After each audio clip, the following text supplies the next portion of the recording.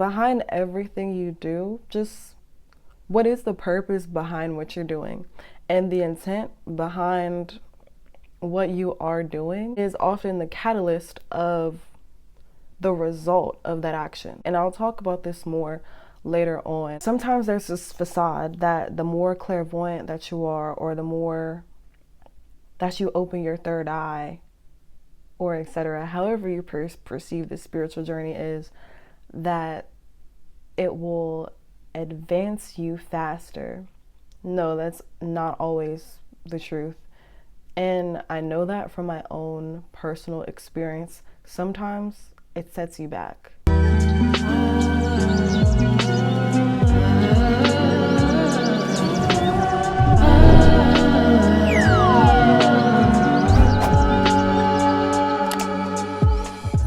Hey y'all, welcome back to Holistic Flow. I am your girl Lolo, and today we're gonna talk about drugs.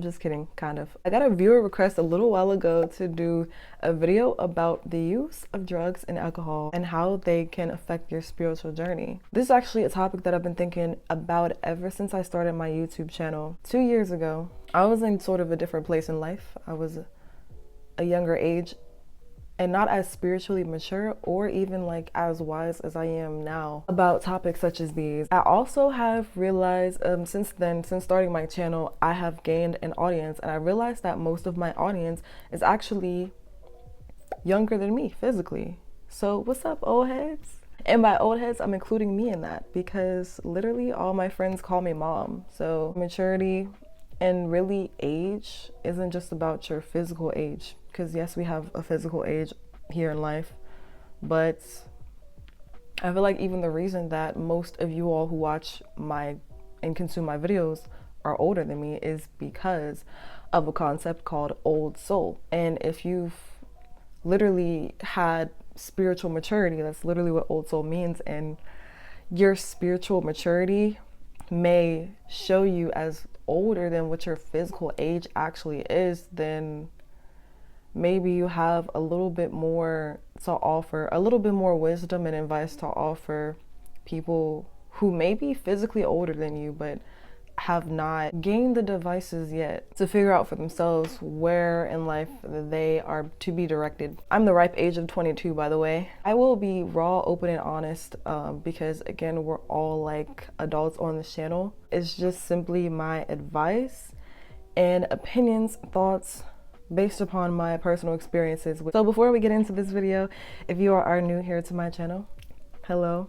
Here on Holistic Flow, we are creating a safe space, a space for self-love, self-growth, and maturity, and we're taking a journey towards an overall better mind, body, and spirit connection. So if you're with that, go ahead and subscribe to my channel, turn on your notifications so you know whenever I upload a new video. If you have done that, thank you so much. And let's get into this video. All right, y'all, so I have no idea what's about to come out of my mouth. All of this is unscripted. I didn't plan anything. I just thought about the topic and was like, let me sit down and tell my opinions on this. So first, I guess I'll talk about alcohol and what I feel like it does to your body and your brain. So most people consume alcohol socially, recreationally. It decreases your ability to control your motor functions, right? Mind, body, and spirit connection is very important to me, and it's the most important thing in your spiritual journey. So if your brain isn't able to direct your body movements, I just feel like the more and more you inhibit your own ability to direct your mind to control your motor functions, that's like a huge disadvantage towards your spiritual journey. Too much of anything can be a negative thing. So especially the overconsumption of alcohol, I feel like over time it just does brain damage to you physically and then also spiritually. If you think about it, getting deeper into the sense of mind, body, spirit, I think there's a reason why they call alcohol spirits. Or, you know, when you go to the liquor store, oftentimes it's called wine and spirits. When you think about a spirit, or, okay, boom. I grew up Christian, right? I'm still rooted in the Christian faith, of course. All the things that I learned as a child in the Christian religion may not apply to my practices now as far as the religious aspect of it. It's more so a spiritual relationship that I personally have in my spirit with God. If you've ever seen somebody catch the Holy Spirit in a church, what it may look like is they lose control of their speech. Some people might characterize that as speaking in tongues. And speaking in tongues, if you ever, seen somebody speak in tongues in the church or whatnot, it looks like they're not even speaking a language that anybody else can comprehend. Or actually, there are people who have spiritual gifts that are able to interpret when somebody else is speaking in tongues. They're able to interpret it and translate it to the English language. And the person who's speaking in tongues and in this foreign language, they might not even understand what's coming out of their mouth, right? Another thing that may happen is they might start shouting. And shouting is in the form of like a dance. So I can insert a video clip here.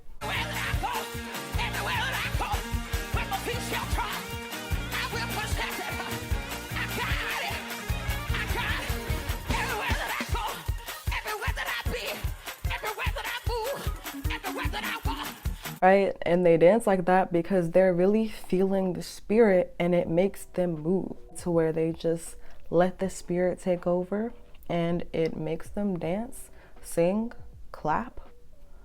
However, because spiritual presences are very, very strong to the point where they override our physical presence. Another thing that you may have seen growing up, especially Baptist Christian, is that when people are in the spirit, they might just go ahead and just pass out. They might just be slain in the spirit, as they say, where somebody's spiritual presence, or even the spiritual presence in the room or in the church or wherever they are, it overtakes their being. The presence of God is just really strong, okay? That is what's characterized as the Holy Spirit. The reason why I think that alcohol is often called spirits is because it does the same thing. It can cause you to lose motor control over your speech. It slurs your speech, right? Physical body functions. A lot of people, they just like peel themselves, or they throw up because it's too much for their body. So their physical presence even rejects it, because again, spirit is often stronger than physicality. And then just like when people are slain in the spirit up in the church, right? A lot of people who are drunk, they could just pass out. This comparison right there just can show you, even though I use the word overconsumption of it, I feel like the consumption of anything that does damage to your body, even if it's a small consumption, it still does damage. It just does the damage a lot slower than if you just consume a lot of that one thing at once. And I found out that things such as meditating, finding more joy in life, and becoming more clairvoyant in the ability to see things like visions of the future, possibilities in the future, things of that nature, it's a lot easier if you live a life without false spirits. I guess you can call that, because that's literally what it is. Behind everything you do, just what is the purpose behind what you're doing? And the intent behind what you are doing is often the catalyst of the result of that action. And I'll talk about this more later on. Now, I would say like a sippy sip here and there is cool, because I still do that, of course, when I go out with friends. But again, the intention behind it is different. Even though I still do it for social reasons, I don't do it to get like, oh, I'm gonna get messed up.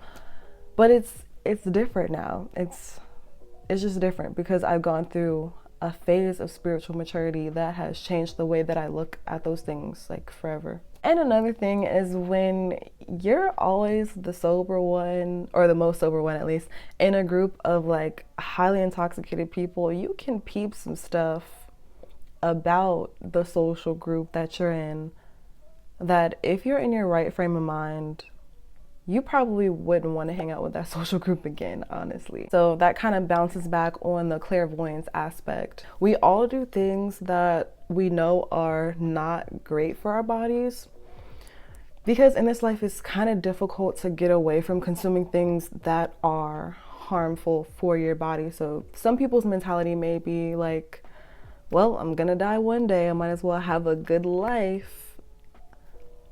Take that with a grain of salt, because for some people, a good life may be taking care of your body so much so that you put the least amount of wear and tear on it through doing those things. Everybody's journey is different, so no judgment against people who do, no judgment against people who don't. Now, when we get into the way that drugs affect your perception and your spiritual journey, we also have to be aware that if you take any type of medication, even if you take medications for like high blood pressure, allergy medication, even birth control, we take drugs on an everyday basis, and some of us may not even realize it.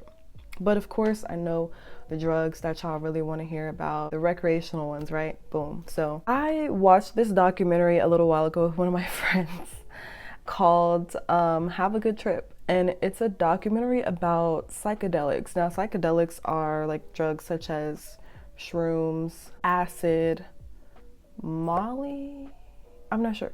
Things that distort your perception of like what the world looks like. It may make colors look brighter. It may make you think your eyes are drooping out of your face. It may make you think that you're like stuck in a cartoon. So there has been apparently some research that psychedelics in a small dosage has helped people with mental disorders. Everybody's mind is different, so I can't really say that if something is bad for you or if something is good for you. There's a very gray area here. So upon editing this video, I realized that I wanted to go a lot deeper into this part of hallucinogens and your spiritual journey. So when we talk about spiritual, we can't really talk about that without talking about other dimensions, spiritual realms, right?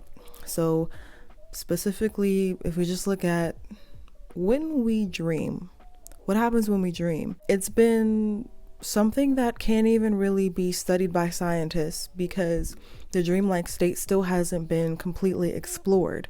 And I solely believe that that's because we go to an alternate dimension. It's simply a spiritual thing, so it can't really be measured by science, what happens when we dream. But I believe truly that it's because we go to an alternate dimension, either the fourth or fifth dimension, so that we go to alternate versions of reality. Reality is subjective. Every person's version of reality is different. And when you're in a dream, right? You know when you're in a dream and you think that it's real life? Because when you're in the dream, you don't know any other version of reality other than that dream. Think about it. When you're in a dream, you can't tell that it's a dream until you wake up. So it's the same as when we're in this version of reality. When we're in a dream, that dream becomes our version of reality for that point in time. Therefore, it's a different dimension. It's a different realm. It's an alternate dimension. I believe that all types of mental disorders are actually superpowers in a way, right? Hear me out. I think that they're actually special abilities for people who have mental disorders. They have special abilities to be able to travel to different dimensions or see things that people who don't have, those special tweaks in their mind, people that don't have them, they can't really see things in alternate dimensions, or they need some extra help or spiritual guidance. So, people who hallucinate and they see things that other people don't usually see, I believe that they're not crazy. They're simply seeing things in an alternate dimension. They're seeing in another version of reality that the person next to them isn't seeing. That's not saying that it isn't real. It's just another version of what's real. Because again, reality is subjective. What's real to some person won't be real to the next person.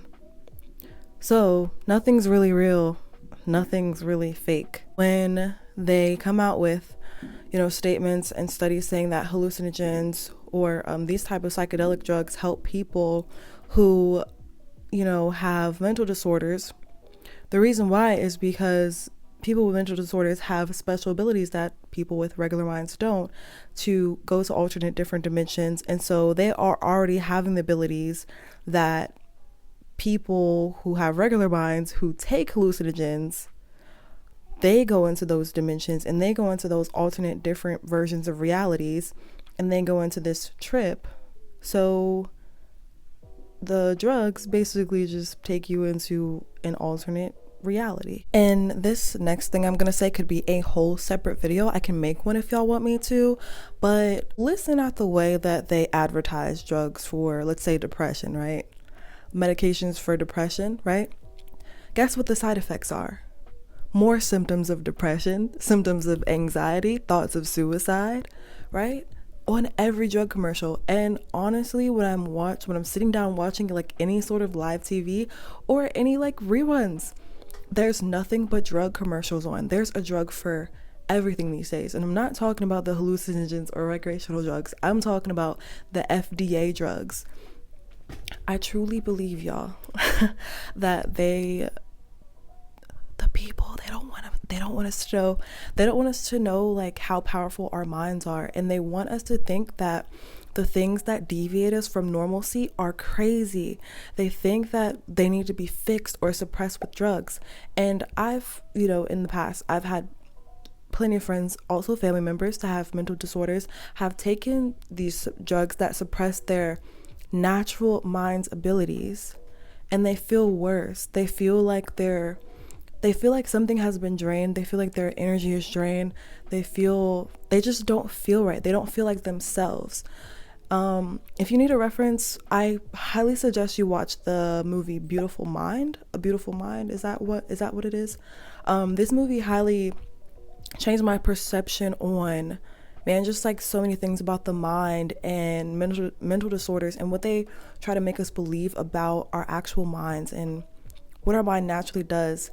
And each of us have different type of capabilities, but I don't know, they just like, some people just don't want us to know like the real things. I don't know if I should make a separate video about this because somebody might come for me. But really think about that. Really think about the drug commercials that you see on TV, like the drug, quote unquote, drug commercials, right? And then think about recreational drugs. Again, in no way am I promoting the use of recreational or any illegal drugs. I'm simply just sharing my opinion. So yeah. Also, I've learned that nothing on this earth, like no physical thing, has a use until the human who's using the thing puts an intent of use behind it. For example, would you say that a gun is bad or good? Probably neither, because a gun is a gun and it can't do anything by itself unless a human being picks it up and intends to use it for something. Now, if you're saying that you're using a gun for self-defense against someone who intends to kill you, then yeah, it's being used to help, right? However, if you say that somebody has possession of a gun for the intent of killing others that they don't even know, like they have no grudge against, yeah, then that's kind of questionable.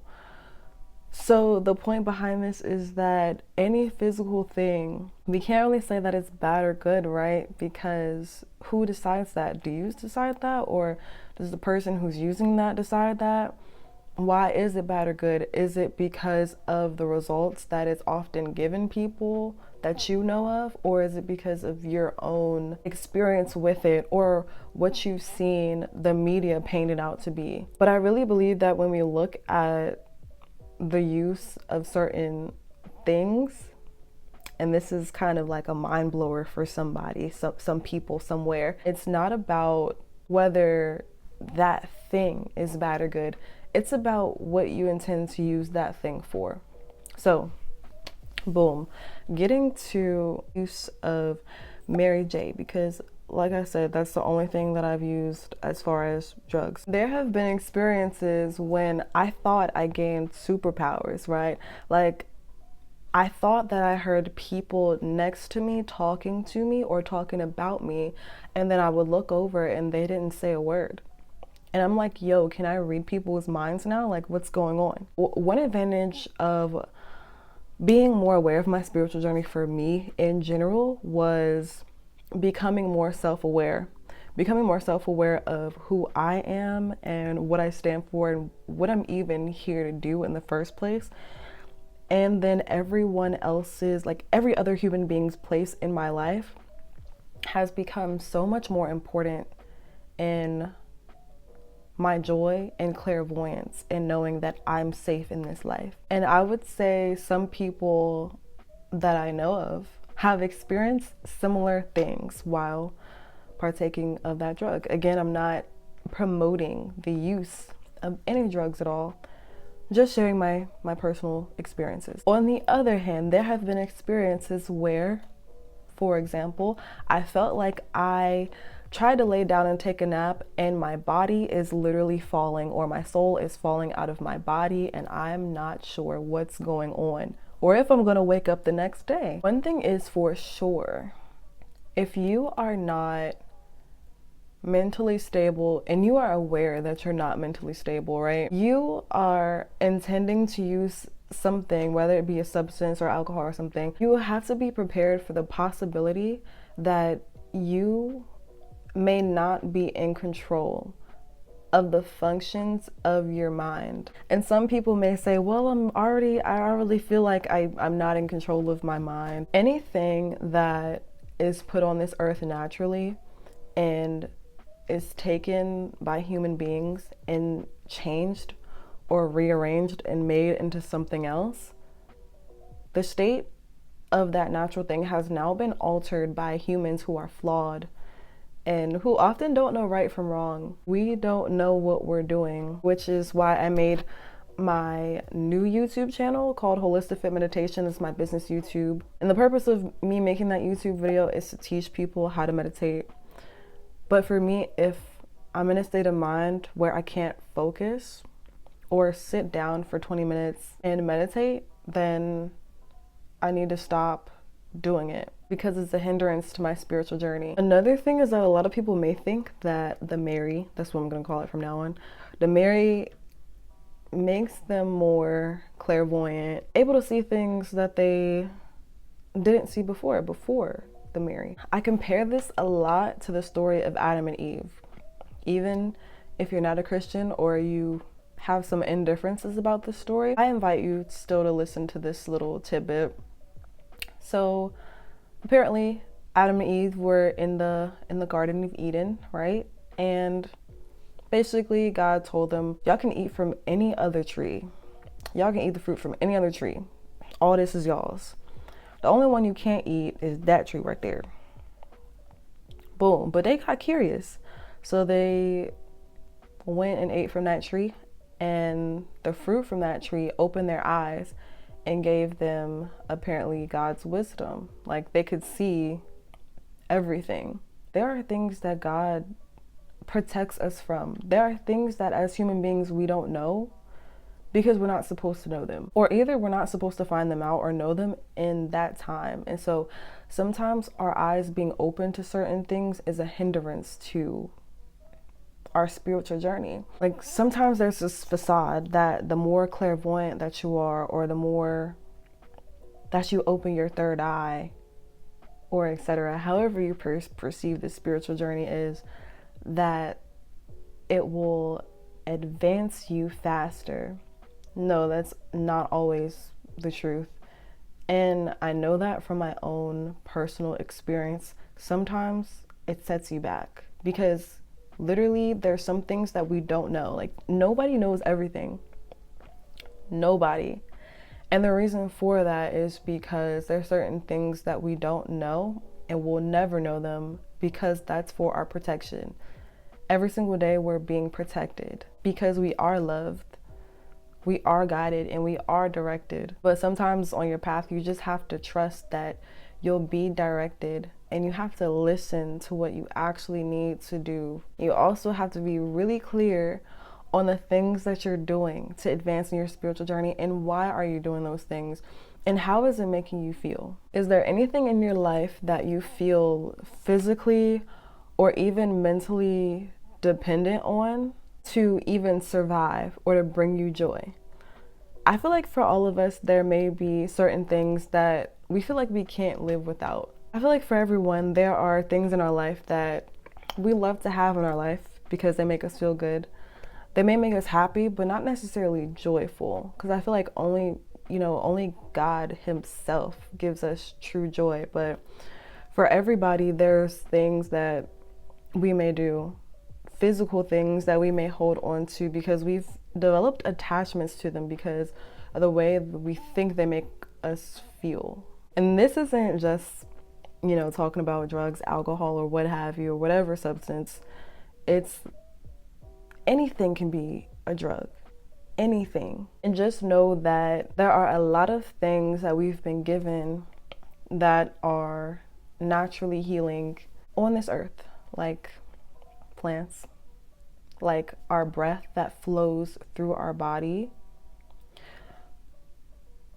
A lot of people don't understand that the body heals itself. And so when we depend on outside sources that humans have taken and crafted and made into something that wasn't God's intent, sometimes because of our misguidance and misdirection, just things get misconstrued. And then when we use those things, they actually hinder us when we thought they were going to help us. Ever since I really started gaining a lot more wisdom just by conversations that I've had with God, a lot of things have become neither good or bad, neither right or wrong.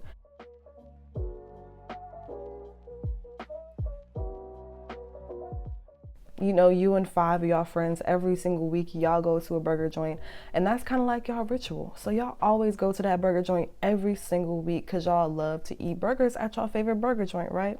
But what if one day God starts talking to you, or you just feel this intuition, gut feeling, and you're like, oh my gosh, I need to stop eating burgers because burgers right now are a distraction. They're a hindrance to my spiritual growth and my spiritual journey.